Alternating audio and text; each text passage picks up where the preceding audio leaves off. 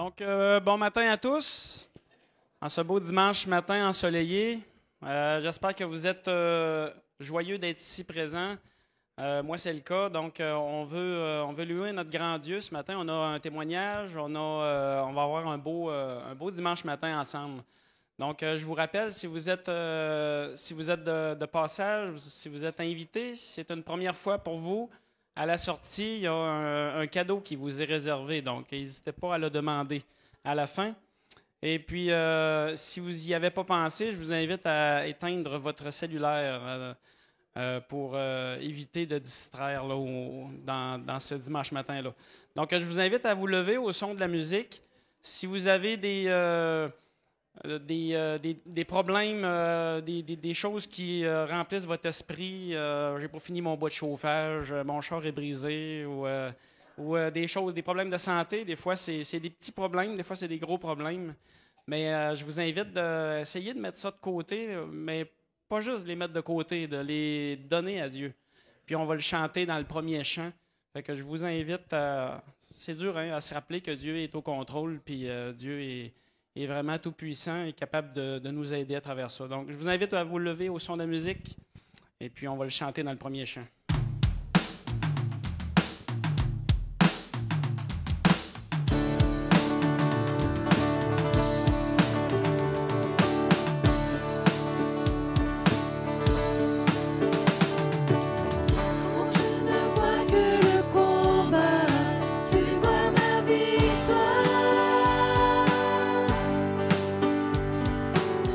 Quand je suis face à la montagne, tu la vois.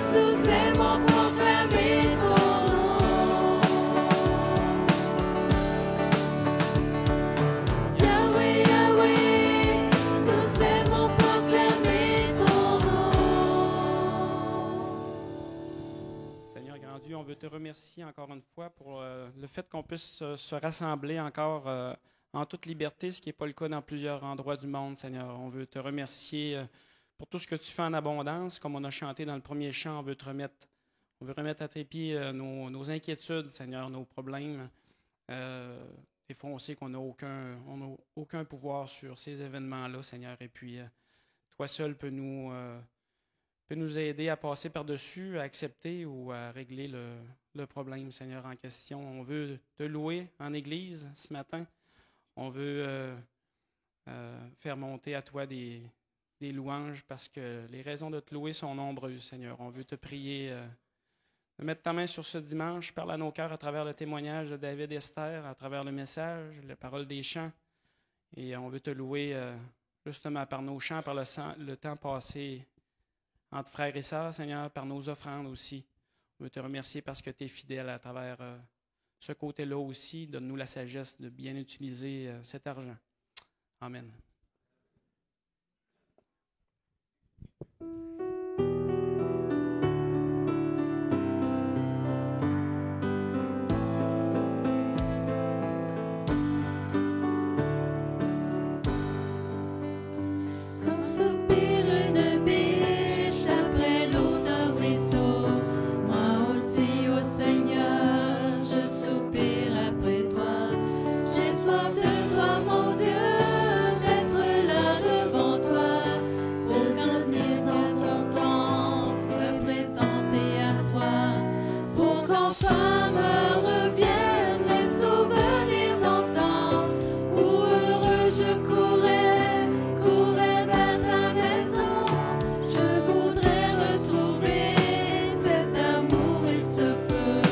Encore une fois brûler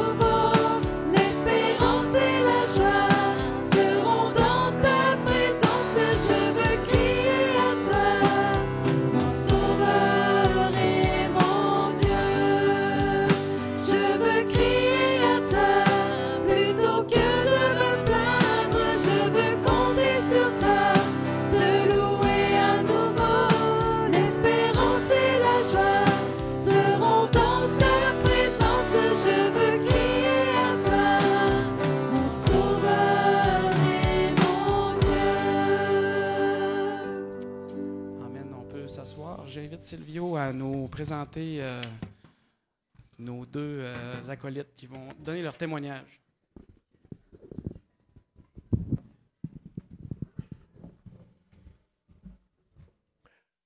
Donc, on se tourne maintenant vers la prédication. Donc, on commence dans la prédication cette semaine une série de 4 prédications qui vont avec nos 20 rencontres avec Jésus dont on a parlé durant les dernières semaines. Donc, il va y avoir 4 prédications qui sont des rencontres avec Jésus. Puis aujourd'hui, on va voir la rencontre de Jésus avec Nicodème. Et avant de tourner dans l'Évangile de Jean, puis d'aller voir cette rencontre-là avec Nicodème, j'aimerais ça vous inviter à tourner dans Nombre 21, donc Genèse, Exode, Lévitique, Nombre, 4e livre de la Bible. Donc au début, Nombre 21.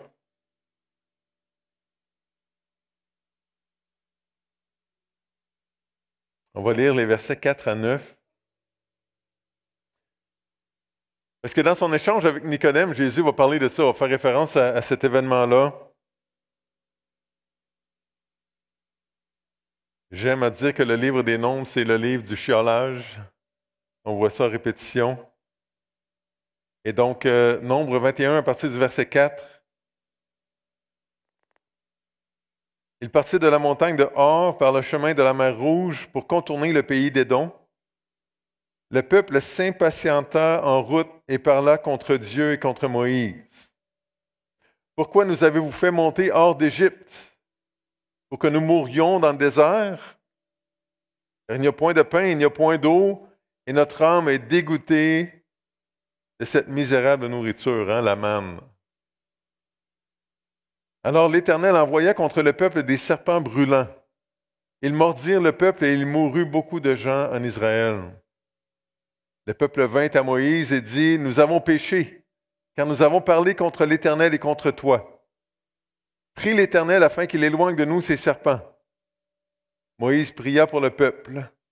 L'Éternel dit à Moïse, « Fais-toi un serpent brûlant, place-le sur une perche. Quiconque aura été mordu et le regardera conservera la vie. »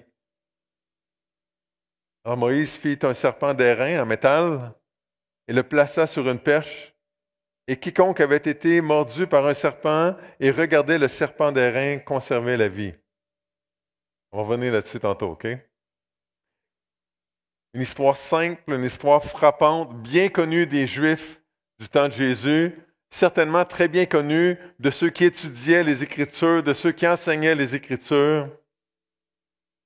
Et une autre chose qui était connue des Juifs qui connaissaient les Écritures, c'est qu'ils attendaient un temps où ils allaient où le Messie allait venir, le libérateur allait venir. Et là, quand il allait venir, les choses allaient changer. Dans Ézéchiel 36, les questions de la restauration que les Juifs attendaient, que le Messie allait apporter.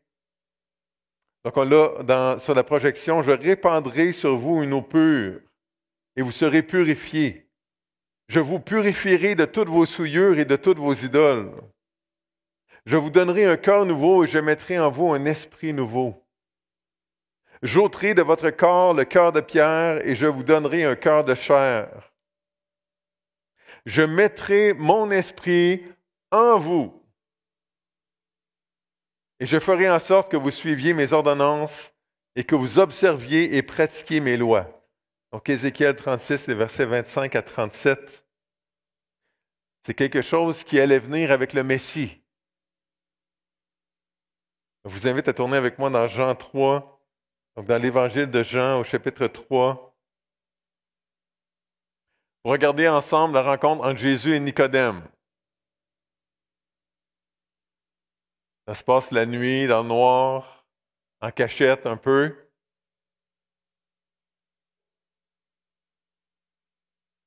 Dans l'Évangile de Jean, chapitre 3, on va lire les versets 1 et 2 ensemble.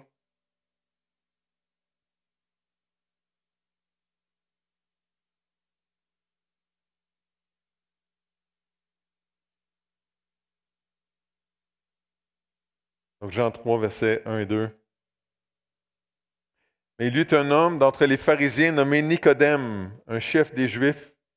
qui vint, lui, auprès de Jésus de nuit et lui dit, Rabbi, nous savons que tu es un docteur venu de Dieu, car personne ne peut faire ces miracles que tu fais si Dieu est avec lui.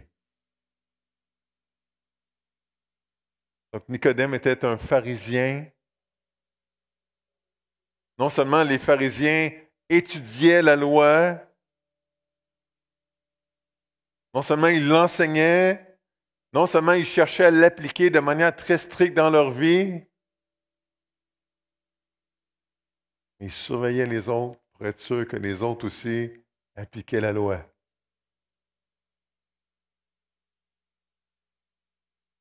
Nicodème était un haut placé chez les Juifs, un chef des Juifs, un homme respecté.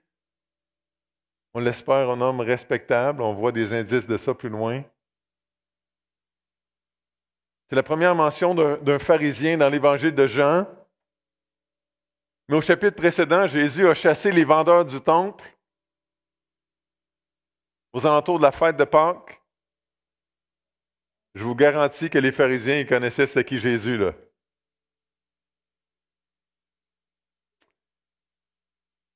Ils avaient entendu parler des miracles de Jésus, puis des gens qui commençaient à le suivre à la fin du chapitre 2 dans l'évangile de Jean. Nicodème est allé auprès de Jésus la nuit.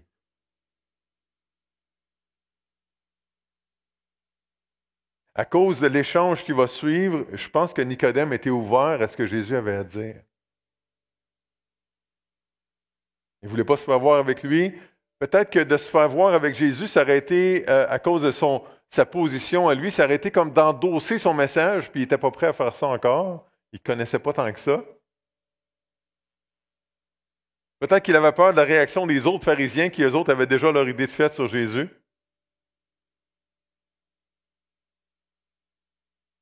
Jésus, en tout cas, dans ce texte-là, on voit qu'il aimait assez Nicodème pour respecter sa faiblesse, son hésitation, ses craintes, ses limites. C'est Jésus, hein? C'est ça avec nous autres aussi, là. Il nous rencontre là où on est.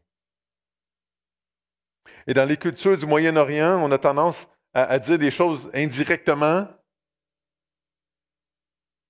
Donc, il va dire, Rabbi, enseignant, nous savons que tu es un docteur, un enseignant venu de Dieu, car personne ne peut faire les miracles que tu fais si Dieu n'est avec lui. Et ça, mesdames et messieurs, c'est la phrase la plus longue que Nicodème va dire dans ce texte-là. Là. Avec la suite de l'histoire toujours, je pense que Nicodème est en train de dire à Jésus, Jésus, je pense que tu viens de Dieu, là.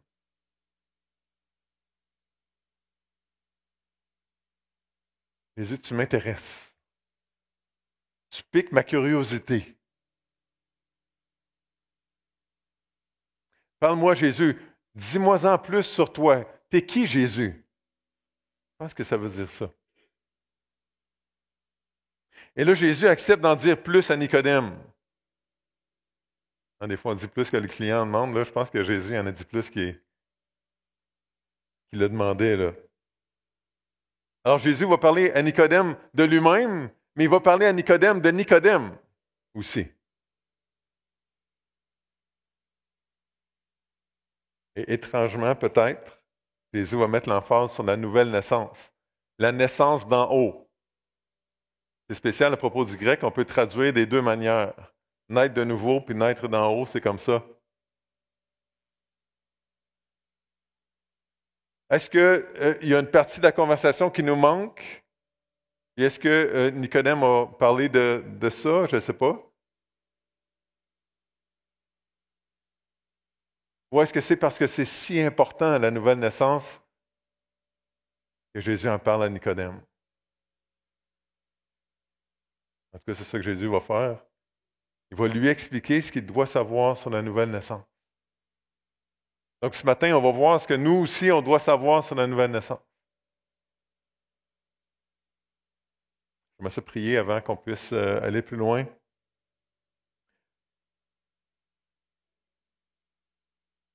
Papa du ciel, si c'est important pour toi, c'est important pour nous. Et si le Seigneur Jésus a dit, il faut que vous naissiez de nouveau, nous autres, on va dire, il faut qu'on naisse de nouveau. Alors, je te prie de parler à nos cœurs ce matin, peu importe qui on est. Peu importe où est-ce qu'on en est dans notre marche avec toi. Seigneur, que ta parole soit un rafraîchissement pour nos âmes. Que ce matin, ce soit une source de transformation pour la première fois ou encore une fois pour ceux qui t'aiment. Je t'en prie au nom du Seigneur Jésus. Amen. OK, donc, 3 choses qu'on doit comprendre au sujet de la nouvelle naissance. Premièrement, on doit comprendre que c'est nécessaire, la nouvelle naissance. Pourquoi est-ce qu'on peut être convaincu que la nouvelle naissance est nécessaire? Ben, premièrement, Jésus l'a dit. Hein? Verset 3. Jésus lui répondit, en vérité, je te le dis. Ça veut dire, écoutez bien, là, quand on voit ça en vérité, là. Si un homme ne naît de nouveau, il ne peut voir le royaume de Dieu. C'est nécessaire. C'est Jésus qui le dit. Moi, j'aime ça, les choses claires. Ouais, ça, c'est clair. C'est le fun. J'aime ça. Il faut naître de nouveau pour voir le royaume de Dieu. OK, deuxième raison de croire que c'est important ou que c'est essentiel de naître de nouveau, ben, c'est à cause du péché. C'est nécessaire de naître de nouveau à cause du péché. Au verset 4. Nicodème lui dit, « Comment un homme peut-il naître quand il est vieux? Peut-il rentrer dans le sein de sa mère et naître? » OK, c'est pas écrit que c'est à cause du péché. Mais il y a plusieurs années, un pasteur qui a des Juifs dans sa famille, après sa conversion, a étudié avec des rabbins de Jérusalem. J'oublie comment ça marche, là, puis comment ça a été possible, là, mais... Et là, à la fin d'une conférence qu'il a faite, il était venu parler des fêtes, là, puis de la Pâque juive, tout ça, puis dans une période de questions-réponses, quelqu'un lui a demandé comment ça marchait comment ça marchait le salut pour les Juifs Et là, il a parlé de Nicodème. Et là, il expliquait que dans la culture, dans la pensée de Nicodème, dans la pensée des Juifs, on est le plus proche de Dieu dans toute notre vie au moment de la naissance. Parce qu'après, on pêche, puis chaque péché nous éloigne de Dieu. Intéressant. Donc là, pensez à ça. Jésus dit à Nicodème, Nicodème, il faut naître de nouveau pour voir le royaume de Dieu, pour être proche de Dieu, il faut naître de nouveau. Remarquez que Nicodème, il n'a jamais dit pourquoi. Il savait pourquoi. Ben oui, je le sais. Je le sais, je suis assez vieux, j'ai assez péché pour savoir ça. Comment revenir? Comment revenir à ma naissance? Comment revenir? Faudrait-tu que je rentre dans ma mère? Voyons donc, ça n'a pas d'allure. Ben non, ça n'a pas d'allure.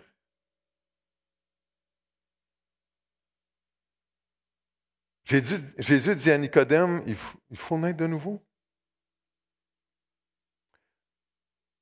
C'est pas écrit dans le texte, mais il y a d'autres textes bibliques qui nous disent que c'est à cause du péché qu'il faut naître de nouveau. Hein? Il y a d'autres textes bibliques qui nous disent qu'à cause du péché, on est séparé de Dieu. On est privé de sa gloire, hein? Car tous ont péché et sont privés de la gloire de Dieu. Il faut régler ça, ce problème-là.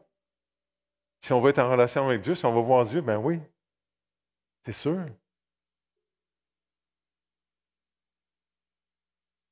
On doit naître de nouveau. Troisièmement, parce que notre chair, notre corps n'est pas suffisant pour être en relation avec Dieu. Il ne dure pas assez longtemps. Il n'est pas assez fiable pour être en relation avec Dieu. Avec un Dieu éternel, avec un Dieu saint. Verset 5. OK, on va les regarder tantôt, OK, excusez. Dans les versets qui suivent, là, on va avoir la meilleure explication de la nouvelle naissance. Dans ces 2-3 versets-là. Et là, je dois vous dire humblement que quand on étudie ce texte biblique-là, il y a plein de façons de le voir et de l'interpréter. Okay? Je vous donne 3 principes bibliques, d'interprétation biblique avant qu'on le regarde. Donc, un des principes d'interprétation des Écritures, c'est que quand l'explication la plus simple tient la route, à la lumière du reste des Écritures, c'est probablement elle qui est la bonne. Donc, c'est probable, on doit pencher vers le plus simple plutôt que vers le plus compliqué, la plupart du temps. Un autre principe d'interprétation dit qu'on doit laisser les Écritures expliquer les Écritures. Et puis, finalement, un autre principe dit qu'on doit porter attention au contexte. OK? Donc, on regarde ça, les versets 5 à 8. Donc, au verset 5, Jésus répondit, en vérité, je te le dis, si un homme ne naît d'eau et d'esprit, il ne peut entrer dans le royaume de Dieu. Donc là, il y a des gens qui voient là-dedans le baptême d'eau, le baptême d'esprit, de l'esprit. Donc, quand on est plongé dans l'eau, puis quand que Jésus nous plonge dans l'esprit au moment de la conversion, c'est intéressant.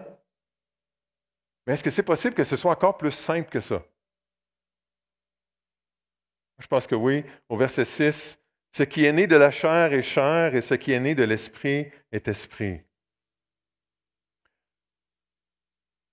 Dans les psaumes, on voit souvent cette manière de s'exprimer-là chez les Juifs, les parallélismes. Donc, on dit des choses qui se ressemblent. On dit une chose dans un verset, puis dans l'autre verset ou sur l'autre ligne, on dit la même affaire, mais avec des mots différents, ou des fois avec plus de mots. Est-ce que c'est possible, c'est là qu'on va essayer là, est-ce que c'est possible que le contraste du verset 5, naître d'eau, naître d'esprit, est-ce que c'est possible que ce soit la même chose que le contraste du verset 6, naître de la chair puis naître de l'esprit? Si c'est ça, ça voudrait dire que naître d'eau, naître de la chair, ce serait la même chose. Ça ferait référence à la naissance d'en bas. La naissance quand on est né de notre mère, hein, quand ses os ont brisé, là, comme on dit en québécois. Quelque chose de visible, quelque chose de temporaire. Et ça voudrait dire que naître d'esprit ou naître de l'esprit, ça ferait référence à la naissance d'en haut, à la nouvelle naissance, à quelque chose qui est invisible, à quelque chose qui est éternel.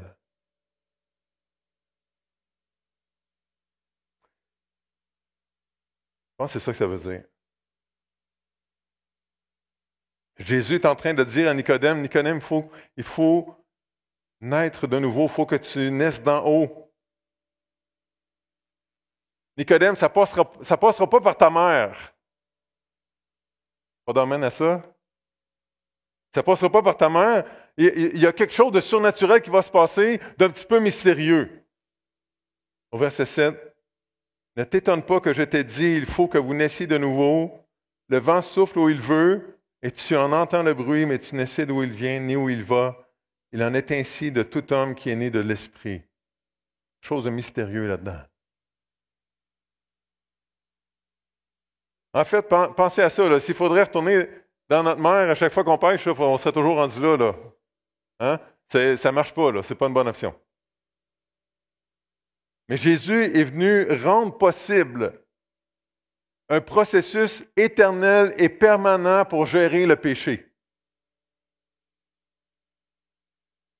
En tout cas, Jésus dit que c'est nécessaire de gérer le péché si on veut voir le royaume de Dieu, si on veut entrer dans le royaume de Dieu. OK, on continue à développer ce beau cadeau-là de Jean 3. Deuxième chose qu'on doit comprendre par rapport à la nouvelle naissance, c'est l'obstacle à la nouvelle naissance. Verset 9.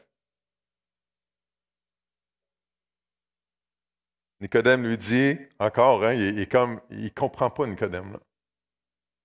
Comment cela peut-il se faire? Et Jésus lui répondit, tu es le docteur, l'enseignant d'Israël et tu ne sais pas ces choses. En vérité, je te le dis, nous disons ce que nous savons et nous rendons témoignage de ce que nous avons vu, et vous ne recevez pas notre témoignage. Si vous ne croyez pas quand je vous ai parlé des choses terrestres, comment croirez-vous quand je vous parlerai des choses célestes? Personne n'est monté au ciel si ce n'est celui qui est descendu du ciel, le Fils de l'homme qui est dans le ciel, qui est devant toi, Nicodème. Là. On ne passera pas beaucoup de temps sur ce point-là, mais en tout cas, Jésus dit à Nicodème que comme un gars qui étudie les Écritures, là, il aurait dû savoir ça, là, ou avoir une idée. Là. Il n'aurait pas dû être surpris. Il aurait dû savoir ces choses. Quelles choses? Peut-être ce qu'on a lu tantôt dans Ézéchiel, qu'avec le Messie, il viendrait quelque chose. Je mettrai mon esprit en vous et je ferai en sorte que vous suiviez mes ordonnances et que vous observiez et pratiquiez mes lois. La nouvelle naissance dans les mots de l'Ancien Testament, là, l'esprit qui vient habiter à l'intérieur. Encore une fois, Nicodème dit, comment? Et Jésus répond, Nicodème, c'est dans les Écritures. J'essaie de te l'expliquer. Mais Nicodème, tu ne sais pas ça. Verset 10. Tu ne sais pas ces choses.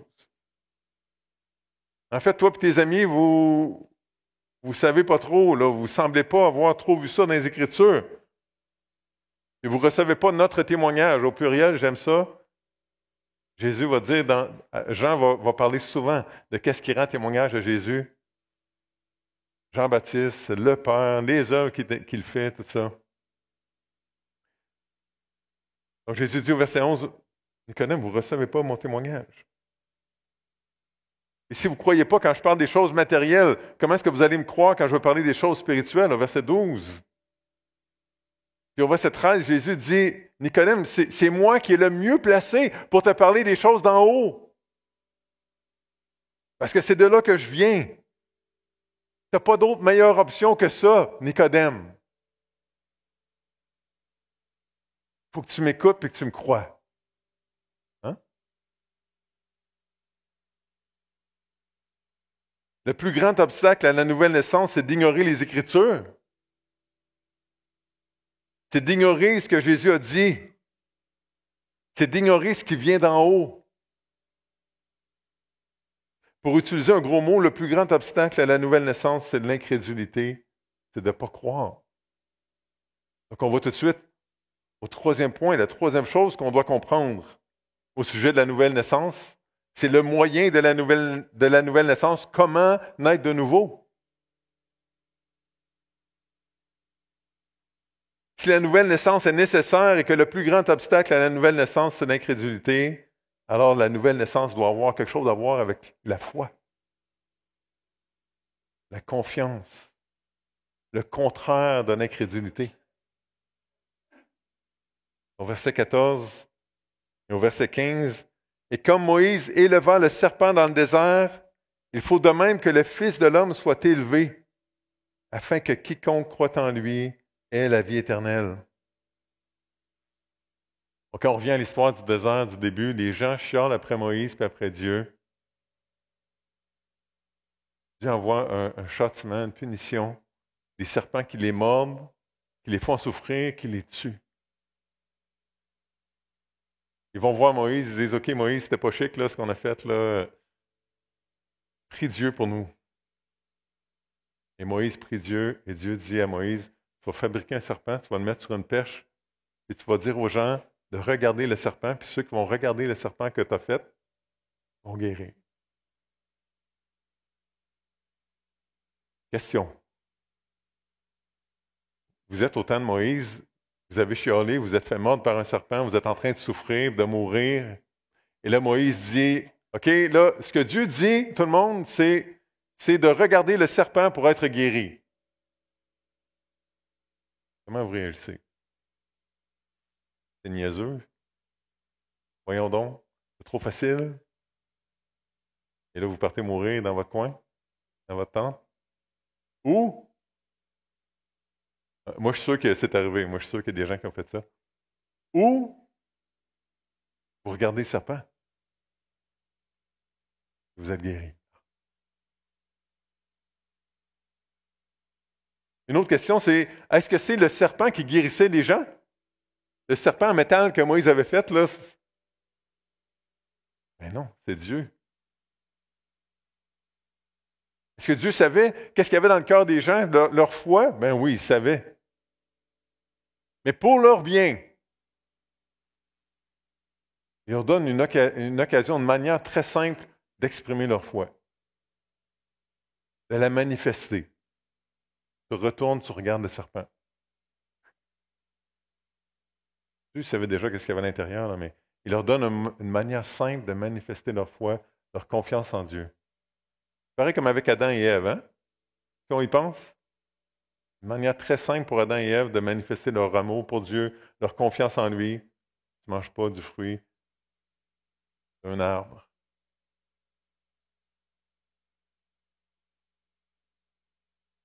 On revient à Nicodème. Qu'est-ce que ça prenait pour que les gens puissent naître de nouveau, puissent naître d'en haut, puissent avoir la vie éternelle? Il fallait que le Fils de l'homme, il fallait que Jésus soit élevé sur la croix. C'est ça qu'il fallait. Élevé comme le serpent, comme au désert. C'est Dieu qui donne la vie éternelle à ceux qui se tournent vers Jésus.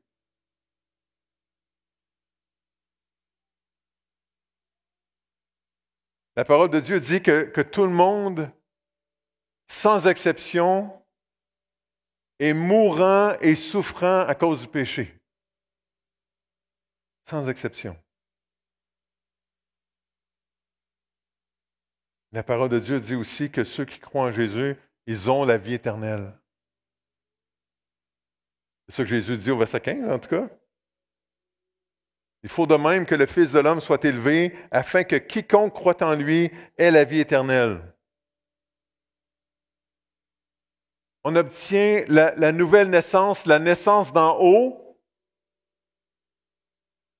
la vie éternelle, en croyant en Jésus. Et ça, c'est vrai pour n'importe qui. C'est vrai pour n'importe quelle sorte de pécheur. C'est vrai pour les bons pécheurs, religieux comme Nicodème. Les pécheurs qui paraissent bien comme lui. C'est vrai pour les pécheurs plus maganés. Bon, Nicodème, il était probablement magané, mais ça paraissait juste moins que les autres, là. Il y en a qui sont maganés, puis ça paraît, hein?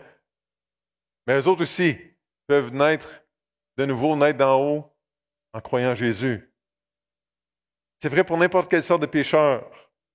Les pécheurs méchants, les pécheurs doux, ceux qui vont faire des fraudes financières, d'autres qui vont mentir d'autres manières, les tricheurs, les pécheurs avec des péchés sexuels, les pécheurs qui pêchent le jour, ceux qui pêchent la nuit, ceux qui pêchent la semaine, ceux qui pêchent la fin de semaine, ceux qui pêchent rarement, ceux qui pêchent souvent, les péchés visibles, les péchés cachés, les péchés qui sont acceptés par notre société, ceux qui ne sont pas. Tous les pécheurs.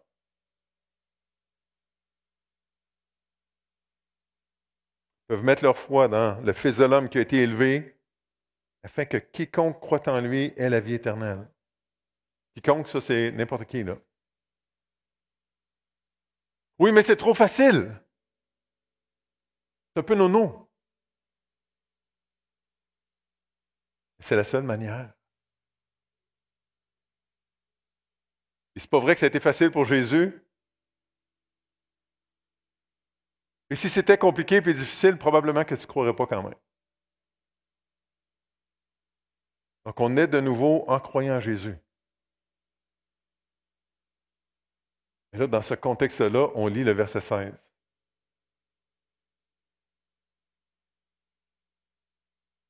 Jésus parle encore à Nicodème. Car Dieu a tant aimé le monde qu'il a donné son Fils unique afin que quiconque croit en lui ne périsse point, mais qu'il ait la vie éternelle. Encore la foi, là. Moi, j'aime ça quand c'est clair. Jésus se répète, c'est bon, c'est clair. Par amour, Dieu le Père a donné son Fils à ceux qui meurent à cause de leurs péchés. Pourquoi? Pour qu'ils ne meurent pas. Pour qu'ils aient la vie éternelle. Oui, mais c'est trop facile. Je peux continuer à dire ça? C'est la manière. La seule manière de recevoir la vie éternelle, le pardon de tes péchés. La seule manière de naître de nouveau, de naître d'en haut. Dieu a aimé le monde et il a donné son Fils pour que le monde ne périsse pas, ne meure pas, ne passe pas l'éternité séparée de lui. C'est l'enfer, hein? L'éternité séparée de Dieu. Mais là, la beauté de la chose continue au verset 17. Dieu, en effet, n'a pas envoyé son Fils dans le monde pour qu'il juge le monde, mais pour que le monde soit sauvé par lui. Jésus n'est pas venu pour juger, mais pour sauver. Pour libérer, pour délivrer, pour donner la vie éternelle. Et si vous lisez dans l'Évangile de Jean, là, ça parle souvent du fait que Jésus va juger. Mais ça, c'est quand il va revenir. La première fois qu'il est venu pour sauver.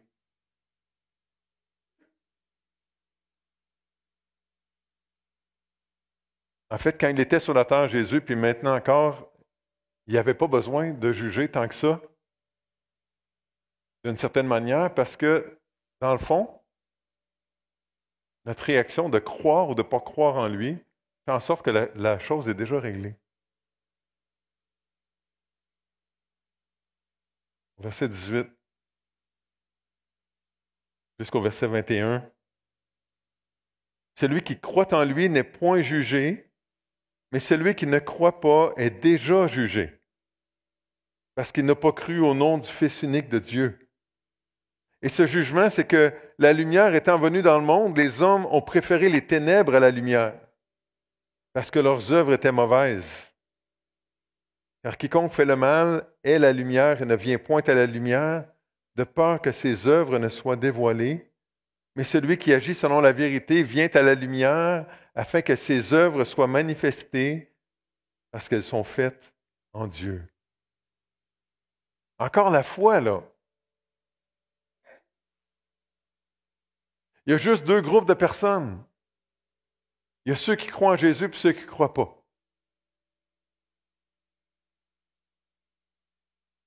Ceux que Jésus a sauvés par la foi et ceux que Jésus n'a pas sauvés parce qu'ils n'ont pas la foi. Ceux qui sont nés de nouveau, ceux qui sont nés d'en haut, puis ceux qui sont seulement nés de leur mère, sans naître de l'Esprit par la foi en Jésus. Juste deux groupes.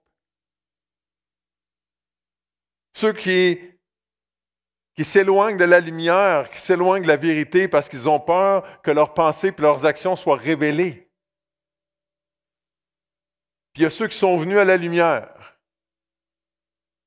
Ceux qui ont vu leurs pensées et leurs actions révélées, en tout cas dans leur conversation avec le Seigneur Jésus, mais Jésus qui a amené les pensées et les actions à la lumière pour les pardonner. C'est pas écrit dans le texte, c'est juste la fin. Dans le texte, c'est écrit que maintenant, ce groupe-là vient à Jésus juste pour que le bien soit révélé. C'est parce que le mal a été révélé déjà, puis pardonné, c'est réglé, là. Jésus a payé ça. Juste deux groupes.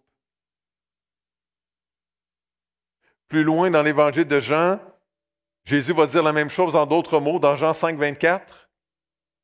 En vérité, je vous le dis, celui qui écoute ma parole et qui croit à celui qui m'a envoyé a la vie éternelle, l'a déjà, pas peut-être dans l'avenir, Il a la vie éternelle et ne vient point en jugement, mais il est passé de la mort à la vie. Comment naître de nouveau, Nicodème? Bien, pas en retournant dans le ventre de ta mère, mais en croyant en Jésus, en croyant ce que Jésus a dit, en croyant ce que Jésus a fait. Et là, Nicodème n'avait pas toute l'histoire, mais nous autres, on a un bon morceau, là, non? On sait que Jésus a été crucifié, il était innocent. Ce n'est pas pour ses péchés qu'il a été crucifié, pour les péchés du monde. On sait que Jésus est ressuscité, qu'il est encore vivant, qu'il a gagné dans le combat contre le péché, contre la mort. On sait que son esprit vient habiter dans ceux qui croient. On devine ça dans Jean 3, mais Jésus va l'expliquer bien comme il faut dans Jean 14, Jean 16, entre autres.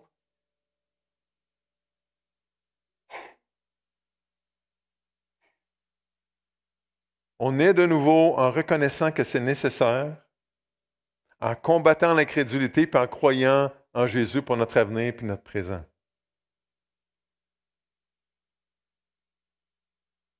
Qu'est-ce que ça donne?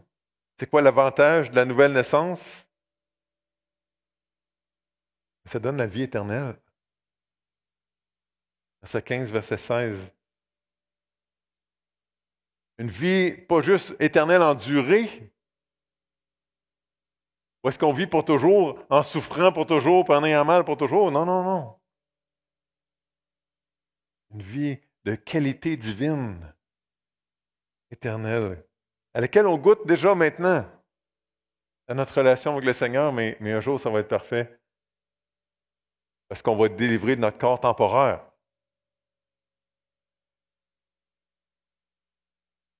On va être délivré de la présence du péché. On va être dans la présence parfaite du Seigneur. Et on va être comme lui. Donc, les avantages de la nouvelle naissance, la vie éternelle, verset 17, être sauvé par Jésus. Verset 18, puis Jean 5, 24, éviter le jugement de Dieu, la condamnation.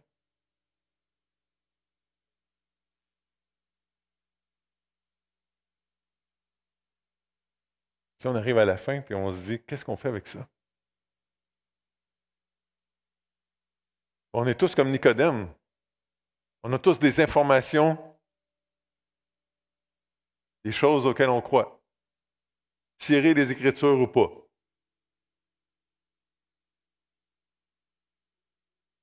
Il y a des choses qu'on croit qui sont dans le mille, il y a des choses qui sont à côté de la cible pas mal. On est comme Nicodème. Même Nicodème, un homme de Dieu qui savait beaucoup de choses sur les Écritures, qui passait beaucoup de temps dans les Écritures, qui faisait probablement beaucoup de bien, même un homme comme lui avait besoin de naître de nouveau. C'est Jésus qui lui a dit ça. Il avait besoin de régler la question de ses péchés à lui. Parce que ses péchés séparaient de Dieu. Peut-être ce matin, donc, il y a une variété de personnes qui m'écoutent ce matin.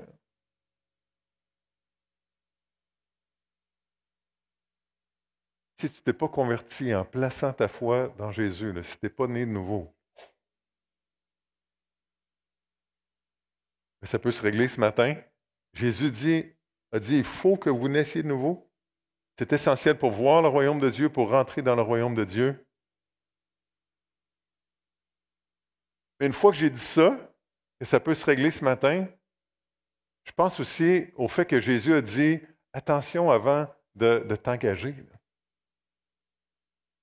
Réfléchis pour voir si c'est prêt à payer le prix. Oui, mais c'est gratuit, Silvio. Oui, c'est gratuit. Ça ne coûte rien, Jésus a tout payé. Mais quand on s'engage à suivre Jésus, Jésus dit qu'on s'engage à renoncer à nous-mêmes, à porter notre croix. La marche avec Jésus, c'est pas l'affaire la plus facile et la plus simple. Là. Et des fois, quand Jésus il nous transforme, on doit faire du ménage dans nos relations, dans nos habitudes, tout ça. Ça, c'est pas toujours facile, là. Des fois, ça fait en sorte que la semence là, qui germe avec joie, là, j'ai pas envie de trop vous pousser ce matin, mais je vous invite à considérer, de placer votre confiance en Jésus. Si vous êtes prêts, c'est fantastique. Si vous avez déjà tout réfléchi à ce que ça coûte, mais sinon, pensez à regarder un petit peu l'avenir, comment vous voyez ça. Demandez au Seigneur de vous aider à voir ça.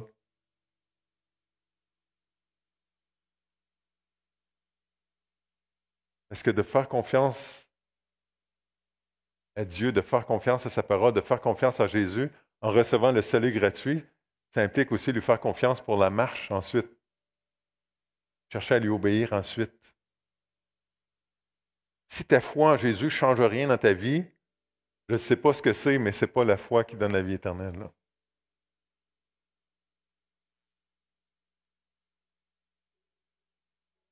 Les Écritures parlent nulle part d'accepter le Seigneur. C'est plate, hein? Ça, c'est du langage évangélique là, qui n'est pas appuyé sur les Écritures.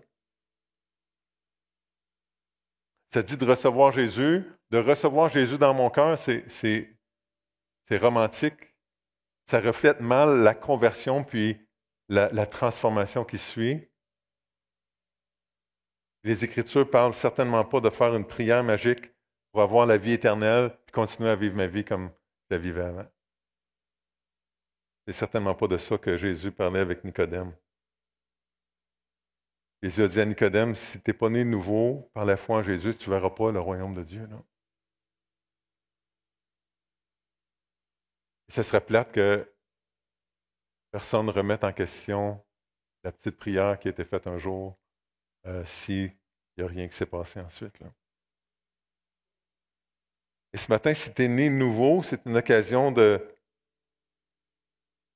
se rappeler sur quelle base tu es né de nouveau. C'est sur la base de la foi, pas sur la base des bonnes actions. Là. C'est aussi un rappel de prendre le péché au sérieux. Ça a coûté la vie de notre Sauveur. C'est un rappel de vivre avec un œil vers le Seigneur, vers la vie éternelle qu'on vit maintenant et qu'on va vivre après. Donc, on regarde à deux places en même temps dans notre vie de tous les jours. Là. Ça nous aide. Si on regarde juste à l'horizontale, là, c'est des affaires pour virer fou. Là, hein? Avoir peur, puis on a besoin de regarder en haut. J'aimerais ça qu'on termine en priant. Je vais vous inviter à fermer les yeux.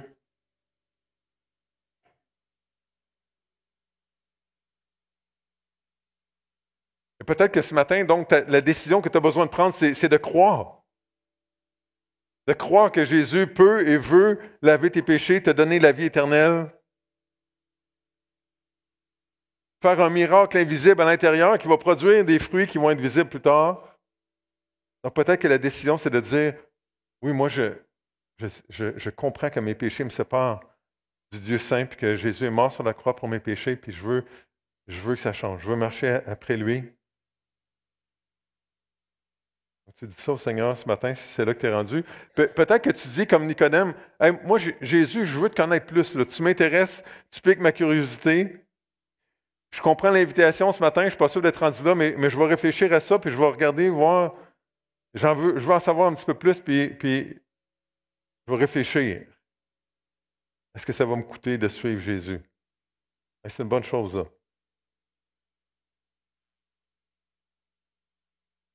Peut-être que si un jour tu as placé ta foi en Jésus, peut-être que si ça ne change rien dans ta vie, peut-être que c'est une bonne occasion aujourd'hui juste de réévaluer ta conversion. Est-ce que je me suis fait des accroire ou si c'est vraiment la vraie affaire, là? Est-ce que Dieu est en train de me changer tranquillement? Est-ce que ça paraît? Est-ce que c'est clair pour moi que je lui appartiens? Pourquoi? Donc peut-être ce matin une décision de réévaluer ta conversion, puis Puis peut-être ce matin, une décision de continuer à vivre une vie d'adoration de Dieu, une vie d'amour du prochain, une vie de combat contre le péché, dans une relation d'amour avec Dieu le Père, avec Dieu le Fils, puis avec Dieu l'Esprit. Alors Seigneur, merci parce que ce matin, ce texte-là nous parle, peu importe qui on est. Merci parce que Jésus a dit à Nicodème des choses qui étaient difficiles, peut-être difficiles à comprendre, mais difficiles à vivre à cause de qui il était. Merci du fait que Jésus a respecté ses limites, un peu sa gêne, son hésitation, puis Jésus va agir comme ça avec nous, peu importe qui on est. Tu sais, comme un bon père, comment nous parler pour qu'on comprenne. Donc, ma prière ce matin, c'est que tu parles à chacune des personnes qui sont ici. Que tu continues à parler avec ce que tu vas rappeler de ce matin.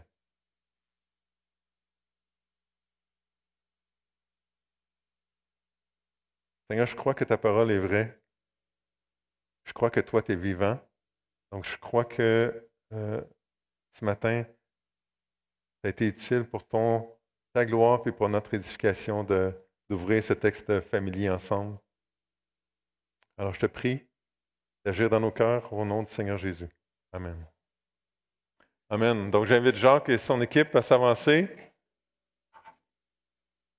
Si vous voulez parler avec un des pasteurs, un des membres de l'équipe pastorale ce matin, c'est possible de le faire. Ou avec quelqu'un qui est à côté de vous. S'il se passe de quoi dans votre cœur.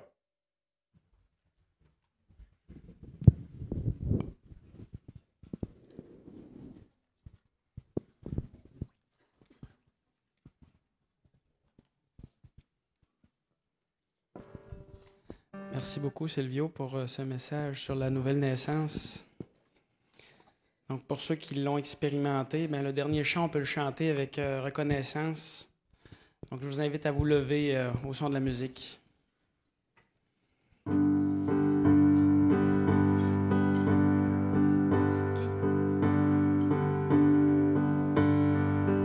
Qui suis-je pour que le roi des cieux m'ouvre ses bras? Perdu mais trouvé par sa grâce, son amour pour moi, son amour pour moi. Il m'a libéré, ma dette est payée, je suis enfant de